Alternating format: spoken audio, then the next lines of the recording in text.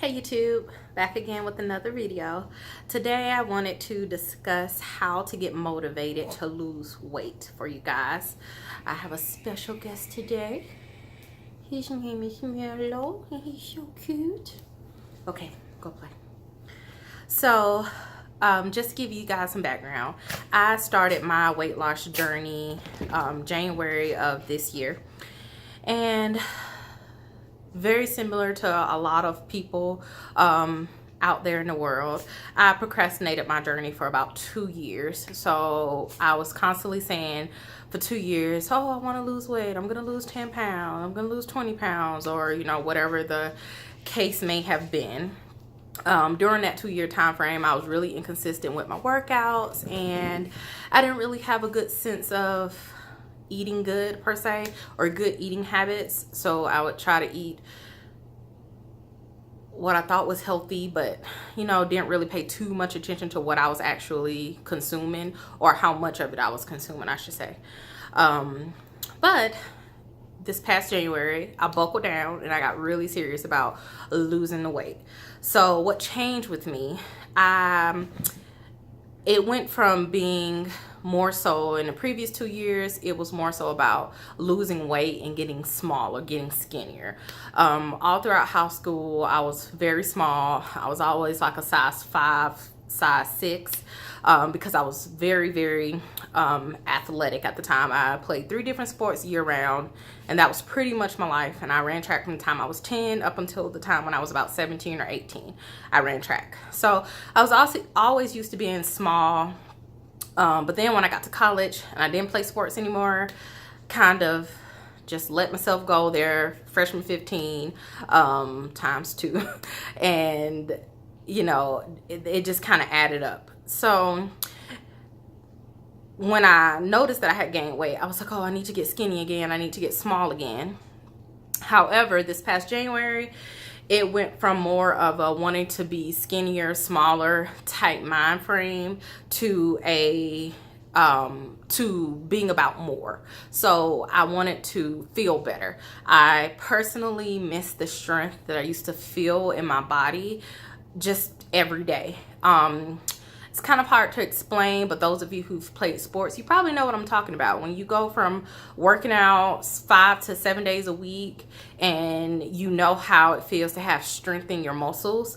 I didn't have that anymore because I wasn't working out consistently anymore. So I definitely miss that feeling of just feeling strength within my muscles and feeling like, you know, I'm able to get up and go run whenever I wanted to, and you know, I felt good. My body itself felt good without me necessarily paying attention to the physical aspect of it. Just did not feel the same, like energy level wise, and I really missed that. So I really wanted to get back to that. I also wanted to make sure that my confidence was unquestionable. So over the years with me gaining weight, you know, my confidence, I'm not going to say my confidence was low, but it definitely wasn't where it was when I was maybe smaller, or not even smaller, just when I felt more strength in my body and I could see tone and definition in my muscles, things like that. So I wanted to get that feeling back of looking at myself and seeing cuts in my leg like I used to, and cuts in my arms like I used to. I wanted to get back to that Shanika. And also, I got really tired of being that person who just kept talking about losing weight, preaching about it, and oh, I'm gonna lose 10 pounds, and I'm gonna do this, and I'm gonna do that, but nothing ever happened. And I got tired of being that person to myself. Like, honestly, I'm like, Shanika, how many times are you gonna sit here and tell yourself, oh, you're gonna lose 10, 15 pounds, and then you don't really take the actions necessary to make that happen. So I had a really hard conversation with myself this past January, and got myself really motivated to do what needed to be done to make the changes that I wanted to see mentally, physically. I wanted to make these changes so that I could just see them within myself. So when it came to motivating myself, I wanted to make sure that I started right with motivating myself to begin with, because the motivation factor for me wasn't ever there for myself. I had motivation from other people to, you know, get in the gym and, you know, meet my goals that I had set for myself, but I didn't really have the motivation for myself for a while. So the first thing is I envisioned a stronger me. I remembered Shanika that used to run track and how I felt when I ran track, played basketball, volleyball, and how strong I used to feel when I did those things. And I pictured that in current me, and I set a goal to be able to achieve those. So right off the bat, my goal was to lose 20 to 25 pounds. Why was that my goal? I'm not really sure. That just seemed like something that was tangible for me, because in high school I was really like 135, 145, and January I was like 200. So, but 175, getting down to 175 seemed attainable to me at the time. So that's what I set my goal towards. And to keep myself motivated throughout, I, you know, treated shopping as a reward for my new body image, I should say. So when I felt like I was seeing some progress or something, I would go treat myself to like something that I normally wouldn't wear, would be out of my comfort zone, like a crop top or the tops that come off of the shoulder. Normally that type of thing would be out of my comfort zone, and I would stray away from those, and it would just get like, you know, regular t-shirts like these and just pretty basic pieces of clothing. So I kind of challenged myself to shop outside of my comfort zone to get stuff that maybe bared a little bit more, as a motivation tactic for me, because I know, okay, I got this top, I need to make sure I look good in this top. You know what I mean?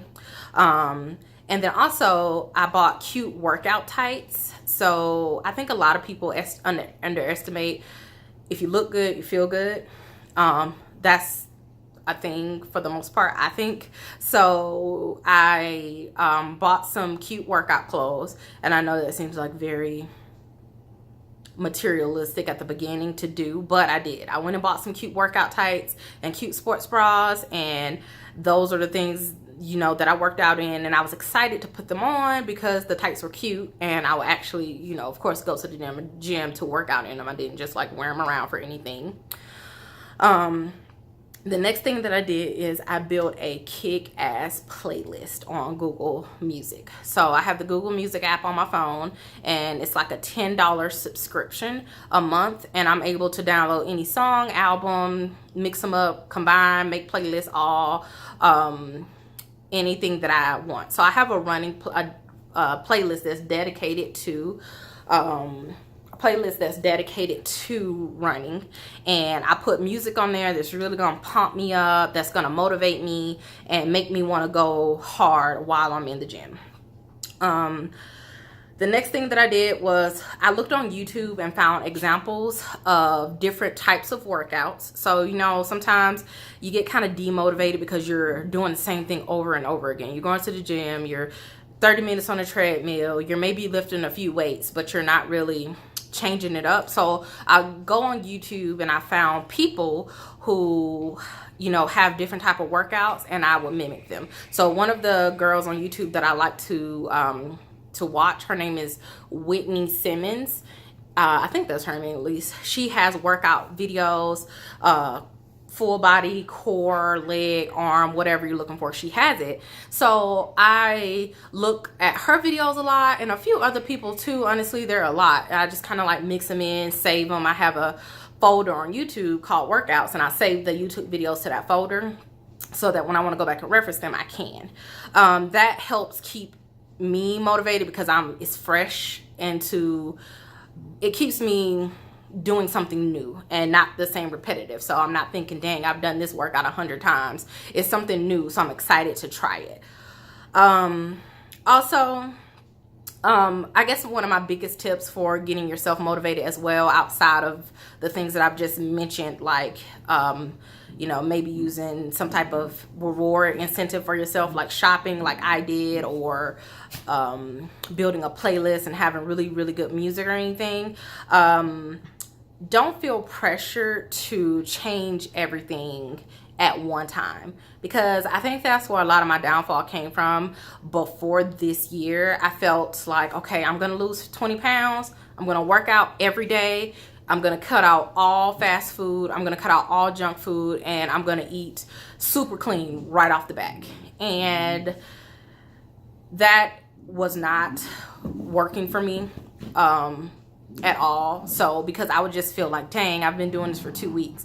And naturally, if you're eating fast food and junk food, naturally your body's gonna crave those things. Like, you're gonna want to go get a burger and some hot wings from American Deli, and you're gonna go get those things. And that's just natural. You know what I mean? You're not gonna be able to, like, you can cut them out, but you're not gonna be able to make your brain and your stomach and your body not crave the grease or whatever it is your body's craving from those things. You're not gonna be able to make your body stop craving those things. So take your time and break it up how you feel like you need to start. So with me, it was getting myself into a habit of working out. At first it was 3 to 5. Now it's like 5 to 7. Sometimes it's 3 to 4. Honestly, it depends. But I got myself into a habit of working out. They say it takes 21 days to form a habit. So that's what I did. I can now say that working out weekly, working out several times a week is a habit for me now. So that was the first thing that I did. Then the next thing that I did was to fix my eating. Is my eating 100% fixed? No. Am I vegan? No. Am I vegetarian? No. I still go to In-N-Out. I still love my American Deli. I'll still eat hot wings and candy, and I have like the biggest sweet tooth. However, I took that stuff and I tweaked it. So instead of me thinking that I have to knock all of that stuff out of my diet, I'll still meal prep throughout the week, but I will have like one cheat day, one cheat meal, not a day, but one cheat meal, where I'll have like whatever I want for dinner or breakfast, and then I'll have like some sweets throughout the week here and there. Probably have sweets more in a week than I should, but like I said, small changes here and there. So don't try to take on all of this change at one time, because you will feel overwhelmed and you'll just drop the ball on yourself. Okay, so remember to run your race. Run your race. If you know that, okay, I need to make a change and I can only start with 2 days of working out a week, you start with 2 days. And after you get those 2 days down, you work your way up.